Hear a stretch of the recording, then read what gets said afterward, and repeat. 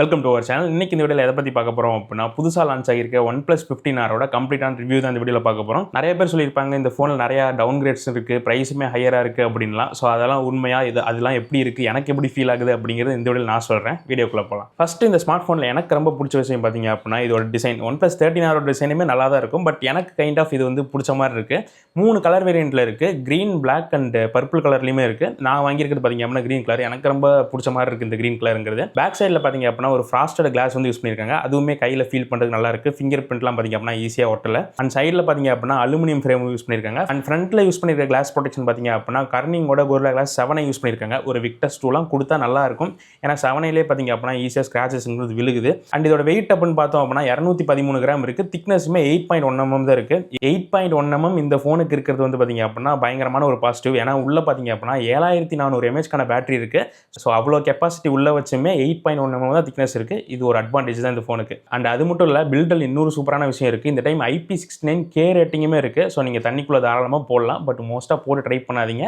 Emergency டைமில் நினைஞ்சது அப்படின்னா கண்டிப்பாக ஃபோன் தப்பிச்சுக்கும். அண்ட் பாட்டமில் பார்த்தீங்க அப்படின்னா ஸ்பீக்கர்கள் இருக்குது. அதுக்கு பதில் டைப் சி போட்டிருக்கு. இது வந்து 2.0 தான். இன்னும் 3.0லாம் அவங்க கொடுக்குற அளவுக்கு போகலை. அண்ட் பக்கத்தில் மைக் இருக்குது. அண்ட் சிம் ஸ்லாட் இருக்குது. இதில் உங்களால் 2 நேனோ சிம் கார்டு தான் போட்டுக்க முடியும். மைக்ரோ SD கார்டு சப்போர்ட்லாம் கிடையாது. மேலே பார்த்தீங்க அப்படின்னா 2 நாய்ஸ் கேன்சலேஷன் மைக்கு, அப்புறம் இந்த ஸ்பீக்கர் கிரில்லுமே இருக்குது. லெஃப்ட் சைடில் பார்த்தீங்க அப்படின்னா இந்த ப்ளஸ் கீங்கிறது இருக்குது. இதை உங்களால் கஸ்டமைஸும் பண்ணிக்க முடியும். அது டிஃபால்ட்டாக இருக்க அந்த மைண்ட் ஸ்பேஸ் மாதிரி விஷயங்களும் உங்களால் இதை யூஸ் பண்ணி அக்சஸ் பண்ணிக்க முடியும். அது ஒன்றும் பெரிய ஃபீச்சர்லாம் கிடையாது. நிறைய வீடியோஸ் நீங்கள் ஆல்ரெடி பார்த்துருப்பீங்க. ஸோ அதை எக்ஸ்பிளைன் பண்ண அவசியம் இருக்காதுன்னு நினைக்கிறேன். அண்ட் ரைட் சைடில் பார்த்தீங்க அப்படின்னா power button and volume button இருக்குது. ஸோ இதோட கிளிக்ஸுமே ரொம்ப சாட்டிஸ்ஃபைங்காக இருக்குது. அடுத்து இதில் யூஸ் பண்ணியிருக்க டிஸ்பிளே, இது வந்து பார்த்தீங்க அப்படின்னா 13R டிஸ்பிளே வந்து கிடையாது. ஏன்னா அது வந்து பார்த்தீங்க அப்படின்னா LTPO பேனல். பட் இது வந்து பார்த்தீங்க அப்படின்னா LTPS பேனல் தான். அதாவது அந்த ஃபோனில் பார்த்தீங்க அப்படின்னா 30 Hz வரைக்கும் கூட ரெஃப்ரெஷ் ரேட் வந்து டவுன் ஆகும். பட் இதில் வந்து பார்த்தீங்க அப்படின்னா 60 Hz கீழே டவுன் ஆகாது. ஸோ இது வந்து பார்த்தீங்க அப்படின்னா இந்த ஃபோனுக்கு என்னை பொறுத்த வரைக்கும் பெரிய நெகட்டிவாக படலை. ஏன்னா அந்த ஃபீச்சர் வந்து பார்த்தீங்க அப்படின்னா குவாலிட்டிலாம் அஃபெக்ட் பண்ணாது. உங்களோட பேட்டரி லைஃப் மட்டும் தான் லைட்டாக இன்க்ரீஸ் பண்ணும். பட் இதில் பார்த்தீங்க அப்படின்னா பேட்டரிக்கு பஞ்சமே இல்லை. 7400 mAh இருக்கனால அது ரொம்ப பெரிய ஒரு விஷயமா எடுத்துக்காதீங்க. அண்ட் டிஸ்பிளேயோட சைஸ் அப்படின்னு பார்த்தோம் அப்படின்னா 6.83 இன்ச்க்கான 1.5K AMOLED டிஸ்பிளே வந்து யூஸ் பண்ணியிருக்காங்க. இந்த டிஸ்பிளே ரொம்ப சூப்பராக இருக்குது. இப்போ இந்த 40 to 45 ரேஞ்சில் one of the best display அப்படின்னா இந்த ஃபோனையும் கன்சிடர் பண்ணிக்கோங்க. ஏன்னா டிஸ்பிளேயோட எக்ஸ்பீரியன்ஸ் எனக்கு ரொம்பவே பிடிச்சிருக்கு. அண்ட் இந்த டிஸ்பிளேக்கு டால்பி விஷனுக்கான சப்போர்ட் இருக்குது. ஸோ நெட்ஃப்ளிக்ஸில் உங்களுக்கு டால்பி விஷன் ஒர்க் ஆகும். HDR10+க்கான கேப்பபிலிட்டிஸும் இருக்குது. ஸோ யூடியூப்லையும் சரி, நெட்ஃப்ளிக்ஸ்லையும் சரி HDR10+க்கான வீடியோஸும் உங்களால் பார்த்துக்க முடியும். அண்ட் 165 Hzக்கான ரிஃப்ரெஷ் ரேட் சப்போர்ட்டுமே இருக்குது. யூஸ் பண்ணுறதுக்கே செம்ம ஃபாஸ்ட்டாக இருக்குது. பட் இந்த 165 Hz எல்லா இடத்துலையும் உங்களுக்கு ஒர்க் ஆகாது. கிளாஸ் ஆஃப் கிளான்ஸ், COD இது மாதிரி கேம்ஸில் மட்டும்தான் உங்களுக்கு இந்த 165 Hz ஆக்டிவேட் ஆகும். அண்ட் பிரைட்னஸ்மே பார்த்தீங்க அப்படின்னா OnePlus 13R I think 4500 nits கொடுத்துருந்தாங்கன்னு நினைக்கிறேன். பட் இதில் பீக் பிரைட்னஸ் வந்து பார்த்தீங்க அப்படின்னா 3600 nits தான். அண்ட் இது வந்து பார்த்தீங்க அப்படின்னா பீக் பிரைட்னஸ். அண்ட் நார்மலாக ஹை பிரைட்னஸ் மோடில் 1800 nitsக்கான பீக் பிரைட்னஸ் போகும். ஸோ அவுட்டோர் விசிபிலிட்டிக்கு எந்த பிரச்சனையும் இல்லை. ரொம்ப நல்லாவே பர்ஃபார்ம் பண்ணுது இந்த ஃபோன். அண்ட் ஸ்பீக்கர் குவாலிட்டியுமே பார்த்தீங்க அப்படின்னா OnePlusல எப்பயும் குறை சொல்லவே தேவையில்லை. எப்பயுமே OnePlus வந்து நல்லா தான் பண்ணுவாங்க. ஸோ இதுலேயும் ஸ்டீரியோ ஸ்பீக்கர் இருக்குது. இதோட எக்ஸ்பீரியன்ஸுமே இந்த டிஸ்பிளேயோட சேர்த்து சூப்பரான ஒரு எக்ஸ்பீரியன்ஸ் கிடைக்குது. ஸோ நீங்கள் நல்ல ஒரு மல்டிமீடியா எக்ஸ்பீரியன்ஸ் தேடுறீங்க அப்படின்னாலும் இந்த ஃபோன் நீங்கள் கன்சிடர் பண்ணலாம். அடுத்து இதோட சாஃப்ட்வேர் சைடு வந்தோம் அப்படின்னா Android 16 ColorOS 16 வந்து ரன் ஆகிட்டு இருக்கு.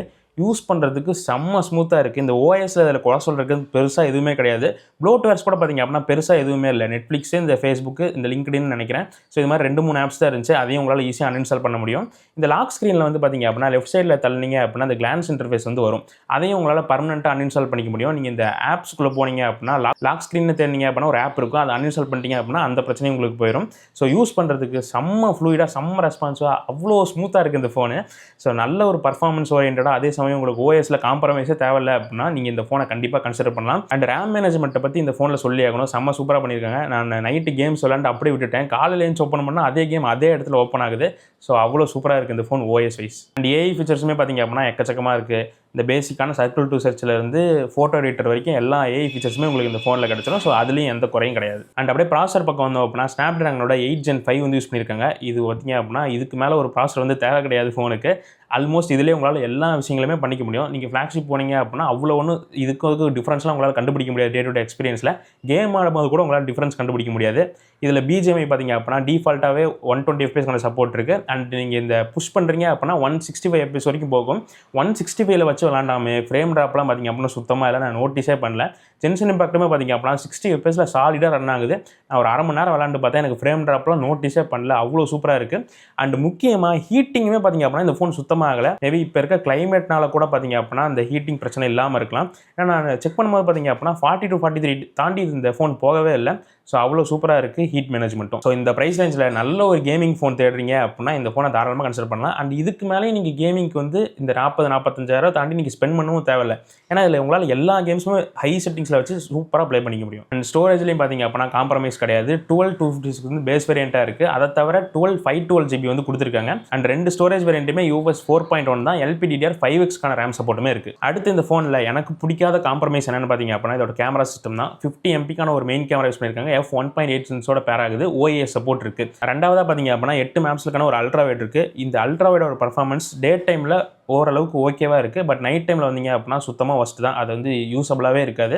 பட் மெயின் கேமரா பர்ஃபார்மன்ஸ் பார்த்தீங்க அப்படின்னா எனக்கு சாட்டிஸ்ஃபைடாக இருக்குது. ரொம்ப ஒன்றும் பெஸ்ட் ஆஃப் தி பெஸ்ட் அப்படின்லாம் சொல்லிட முடியாது. இதே செக்மெண்ட்டில் இருக்க ஒரு Reno 14 Proலாம் கூட கம்பேர் பண்ணிங்க அப்படின்னா இந்த ஃபோன்லாம் கூட இருக்காது.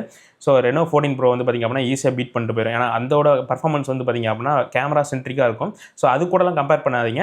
ஒரு டீசென்ட்டான கேமரா எக்ஸ்பீரியன்ஸ் இதில் கிடைக்குது. இன்னும் கொஞ்சம் எக்ஸ்போசர் கண்ட்ரோல்லாம் பெட்டராக இருந்திருக்கலாம் அப்படின்னு தோணுது ஒரு சில ஃபோட்டோஸில்.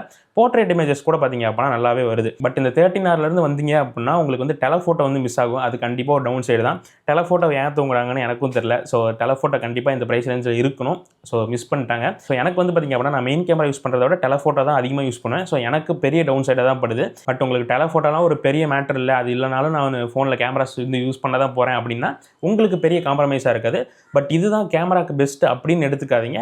ஒன் ஆஃப் தி ஆவரேஜ் ஃபோன்ஸில் இதுவும் ஒன்று, அவ்வளோதான். அண்ட் மெயின் கேமராவோட வீடியோவுமே நல்லா பண்ணியிருக்காங்க. 4K 120fps கூட உங்களால் ஷூட் பண்ணிக்க முடியும். 4K 60ல் இமேஜ் குவாலிட்டி ரொம்ப நல்லாவே பண்ணியிருக்காங்க. செல்ஃபியில் பார்த்தீங்க அப்படின்னா 4K 30fps லாக் பண்ணியிருக்காங்க. இது வந்து என்ன 60 கொடுக்கலையே அப்படின்னு நினைக்காதீங்க. 13Rலாம் பார்த்தீங்க அப்படின்னா 1080p தான் கொடுத்துருந்தாங்க. ஸோ அதை கம்பேர் பண்ணும்போது ஒரு நல்ல அப்கிரேட் தான். பட் இந்த செக்மெண்ட்டில் ஏகப்பட்ட ஃபோன்ஸ் 4K 30fps வருது.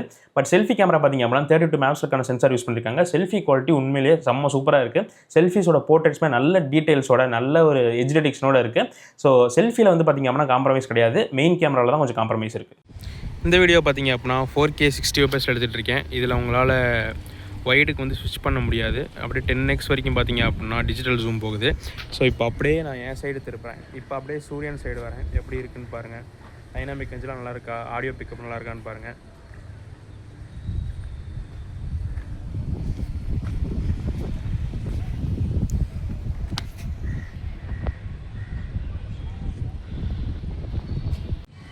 இந்த வீடியோ பார்த்தீங்க அப்படின்னா 4K 30fps எடுத்துக்கிட்டு இருக்கேன். ஸோ அப்படியே இப்போ சூரியனுக்கு ஆப்போசிட்டில் வரேன். ப்ளோன் அவுட் ஆயிடுச்சான்னு பாருங்கள். ஸோ இப்போ வந்து பார்த்திங்க அப்படின்னா மதியான நேரத்தில் தான் எடுத்துகிட்டு இருக்கேன். அதனால் கொஞ்சம் ஓவர் எக்ஸ்போஸாக தான் இருக்க மாதிரி இருக்கும். பட் எனக்கு ஸ்க்ரீனில் பார்க்க நல்லா இருக்க மாதிரி தான் இருக்குது. ஸோ உங்களுக்கு பார்க்க எப்படி இருக்குன்னு சொல்லுங்கள். ஆடியோ பிக்கப் எப்படி இருக்குது, நாய்ஸ் வந்து இருக்குது, வின் நாய்ஸ் நிறையா இருக்குது. ஸோ எனக்கு கண்டிப்பாக நல்லாவே பெர்ஃபார்ம் பண்ணுது. பட் 4K 60 கொடுத்துருந்தா நல்லா இருந்திருக்கும் இன்னும்.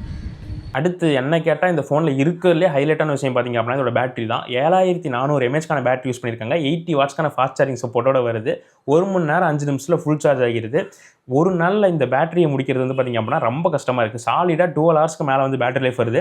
ரொம்ப கேஷுவலாக மல்டிமீடியா தான் யூஸ் பண்ணுவீங்க அப்படின்னா 2 நாளைக்கு கூட பேட்டரி லைஃப் தாராளமாக கிடைக்கும். ஸோ பேட்டரி லைஃப்லாம் பார்த்திங்க அப்படின்னா இந்த ஃபோனில் மேட்டரே கிடையாது. நீங்கள் தொடர்ந்து கேம் மட்டும் தான் ஆட போகிறீங்க அப்படின்னா கூட உங்களுக்கு 4 to 5 மணி நேரத்துக்கான ஸ்க்ரீன் ஆன் டைம் தாராளமாக உங்களுக்கு கிடைக்கும். அண்ட் அதை தவிர குட்டி குட்டி விஷயமான இந்த Wi-Fi 7 இருக்குது, Bluetooth 6.0க்கான சப்போர்ட் இருக்குது, IR பிளாஸ்டர் இருக்குது. பட் பேக் சைடில் கொடுத்துருக்காங்க. அண்ட் NFC-யுமே பார்த்திங்க அப்படின்னா இந்த ஃபோனில் இருக்குது. ஸோ ஃபைனலாக எல்லாருக்கும் இடிக்கிற விஷயம் பார்த்திங்க அப்படின்னா இதோட ப்ரைசிங் தான். OnePlus 13R பார்த்திங்க அப்படின்னா 43,000 லான்ச் ஆச்சு. பட் இது 48,000 லான்ச் ஆகியிருக்கு. இனிஷியலாக கார்டு ஆஃபர் போட்டிங்க அப்படின்னா 45,000 வாங்கிக்க முடியும். ஆல்மோஸ்ட் எல்லா பேங்க்ஸுக்குமே இந்த கார்டு ஆஃபர் வந்து அப்ளிகபிள் ஆகும். ஸோ 45,000 இந்த ஃபோனை நீங்கள் வாங்குனீங்க அப்படின்னா போன ஜென்ரேஷன் கம்பேர் பண்ணும்போது 3,000 எக்ஸ்ட்ரா கொடுத்து தான் வாங்குறீங்க. ஸோ 3,000 எக்ஸ்ட்ரா கொடுத்து ஒர்த்தான்னு கேட்டிங்க அப்படின்னா எனக்கு வந்து இந்த டெலஃபோட்டோ எடுக்காமல் இருந்தால் நான் வந்து ஒர்த்துன்னு தான் சொல்லியிருப்பேன் இந்த 45,000. பட் டெலஃபோட்டோ எடுத்து தான் எனக்கு ஒரு டவுன் சைடாக படுது இந்த ப்ரைஸ் ரேஞ்சுக்கு. பட் உங்களுக்கு இந்த கேமரா பர்ஃபார்மன்ஸ் அந்தளவுக்கு முக்கியம் இல்லை நினச்சிங்க அப்படின்னா 45,000 இது ஒர்த்து தான். பட் எல்லாருக்கும் இந்த ஃபோன் எப்போ ஒர்த்தாக இருக்குன்னு பார்த்தீங்க அப்படின்னா ஒரு 40,000 to 42,000 ரேஞ்சு, 43,000 கூட வச்சுக்கோங்க. ஸோ அந்த ப்ரைஸ் ரேஞ்சுக்கு இந்த ஃபோனை உங்களால் வாங்க முடிஞ்சது அப்படின்னா அப்கமிங் ஆஃபர்ஸ்லையோ இல்லை அடுத்து வர போகிற அமேசான் கிரேட் இந்தியன் சேல்லையோ உங்களால் வாங்க முடிஞ்சு அப்படின்னா செம்ம வேல்யூ ஃபார் மணியான டிவைஸு. முக்கியமாக பர்ஃபார்மன்ஸ் அண்ட் பேட்டரி லைஃப் ஓரியன்டாக மல்டிமீடியா எக்ஸ்பீரியன்ஸும் சேர்த்து பார்க்குறீங்க அப்படின்னா இது ஒரு தாறுமாறான ஃபோனாக தான் இருக்கும். ஸோ இந்த ஃபோனை நீங்கள் ஆல்ரெடி வாங்கியிருந்தீங்க அப்படின்னா உங்களோட கருத்தையும் கமெண்ட் செக்ஷனில் மென்ஷன் பண்ணுங்கள். மற்றவங்க வாங்குறதுக்கு முன்னாடி பார்த்து தெரிஞ்சுப்பாங்க. அடுத்த வீடியோவில் பார்க்கலாம்.